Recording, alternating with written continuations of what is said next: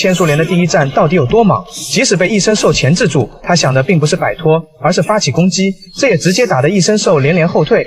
随后面对异生兽的扫尾，莲依旧利用进攻破解，紧接着更是跃向空中，连续对异生兽造成打击，短时间内直接将异生兽压制住，完美展现了千树莲的年轻更有活力，看得孤门连连惊叹。然而，如今的异生兽已不同往日，不仅有着极强的力量，互相决力上完全限制住了奈克瑟斯，而且还有着强力的火球攻击。此时奈克瑟斯还想利用光剑抵挡，可在挡下前2发之后，还是被第3发火球命中，被击翻在地。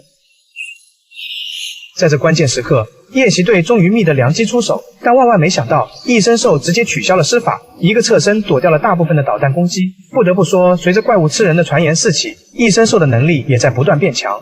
而此时的异生兽已经将目标对准了孤门的切斯特德尔塔号，眼看避无可避，奈克瑟斯在不用护盾的情况下，直接用身体挡下了这一发攻击。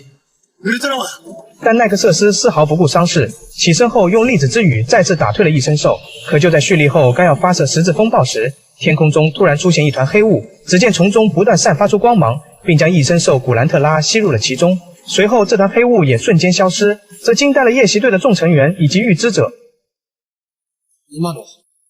而千树莲的第一战也就此宣告结束。虽然前期利用速度优势取得上风，但其莽夫般的打法使自己吃了大亏，可能也是因为自己的生命即将终结，完全不考虑保护自己。而战斗结束后的第一时间，孤门就来到附近，寻找着新一任的势能者到底是谁，也终于看到了奔跑中的千树莲的身影。虽然在战斗中受了伤，可丝毫看不出莲有任何的影响。然而其实是他一直在强忍着伤势。孤门一路跟随着莲来到了他的住处，但莲早已发现了有人在一路跟踪他。在孤门小心翼翼地进入屋内后，莲一把从后方控制住了孤门。此时莲还以为孤门就是此前监视他的黑衣人，但孤门的反应显然不是。此时莲也终于扛不住倒在了地上，异生兽的强力一击还是给莲造成了不小的伤害。就这样，孤门和莲也算是不打不相识。望着眼前稚嫩的莲，孤门也表现出了大哥哥的模样，两人相谈甚欢。莲活泼开朗的性格让孤门显得格外亲近，但他并不知道莲的人生遭遇，两人的羁绊也在此刻悄然建立。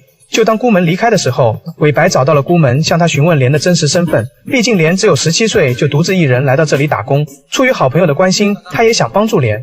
但自称莲的表哥的孤门一脸茫然。不过从韦白的口中得知了莲来自美国的达拉斯。回到基地之后，孤门隐瞒了自己已经找到了新一任的势能者，但显然孤门并不擅长撒谎。七条指则再次对他发出了警告。言っておくけど、新たなデュナミストが姫谷と同じような人間とは限らないの。力を手に入れたために、闇に引き込まれる人間もいる。从中也不难看出，西条指对基石准是十分的认可的，但对于陌生的人依然是本能的敌对。而孤门也出于对莲真实身份的好奇，通过莲来自达拉斯这一线索，搜索到了莲的信息，但这些资料都是属于保密信息，需要解锁之后才能访问。只在右下角看到了 Group PP， 意思是 PP 团体，而它全称是 Prometheus Project 计划，名为普罗米修斯计划。此时的孤门并不知道这一计划，只能另外寻找线索。然而，知道千树莲是势能者身份的，并不只是孤门一人。松永命令沙耶让手下的瑞生去监视千树莲，而瑞生也早在之前见过他一面。两人命运的齿轮在这机缘巧合下转动了起来。而松永的目的，我们每一位奥迷都知道。可就在瑞生监视千树莲的同时，他也发现了黑衣人的存在。但刚要寻找时，黑衣人早已不知所踪。私の他にもターゲットを監視している人間がいる。但没想到瑞生刚回头时，就恰好和莲对上了眼。虽然瑞生假装不认识，快速离开了，但莲也认出了瑞生，就是此前给人清除记忆的记忆警察，当然还有心动的感觉。莲甚至一路追着瑞生开始询问起来。名前は？俺千樹蓮ね。来るの初めて。無線物とかある？最后穿戴着熊猫装，终于得知了瑞生的名字。水尾。どうして名前？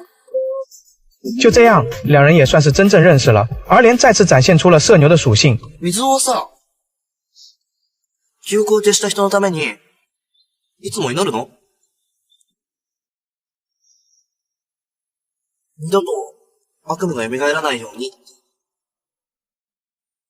記憶を消した人のためにいつも祈ってるの。莲的直爽惊呆了瑞生。そのこと。原本莲是被监视的一方，现在直接倒反天罡，而两人的故事也是本篇章中最温馨的桥段了。待って、俺ずっとここにいるから。此时，预知者和夜袭队开始了作战会议。通过分析，那团黑雾其实是黑暗领域的一种，当然并不是沟吕木所制造的，而是隐藏在暗处的未知敌人，被称为未知之手。最后，预知者让石窟去仔细分析一下。好家伙，让我分析我自己。会议结束后，孤门直接问起了预知者。グループ PP 何かご存知ないですか？但预知者略微思考后，并未回答，先行告辞了。殊不知，正是孤门的这一问题，也让预知者推敲出了势能者的身份。まさか3番目のデュナミスト、初めての。此时屏幕中正显示着千树莲失踪的信息，而这个名单的标题正是 Prometheus Project 普罗米修斯计划。那么下面这些人都是普罗米修斯之子。然而就在这个时候，莲出现了。久しぶりじゃん。ユウ。本集祈祷也在此刻迎来了结束。至于莲为何会出现在这里，很显然莲也拥有着和预知者同样的能力，能将身体以投影的方式出现在其他地方。而两人其实也是过去的好友，其中的故事也会在后续剧情中展开。千树连篇的前2集几乎都是对于本篇章的设定铺垫，因此文戏部分也占据了大部分，但剧情几乎都是环环相扣。你漏掉一个细节，也许就无法将整个故事拼凑好，因为后半段的剧情将会迎来腰斩。那我们下集再见。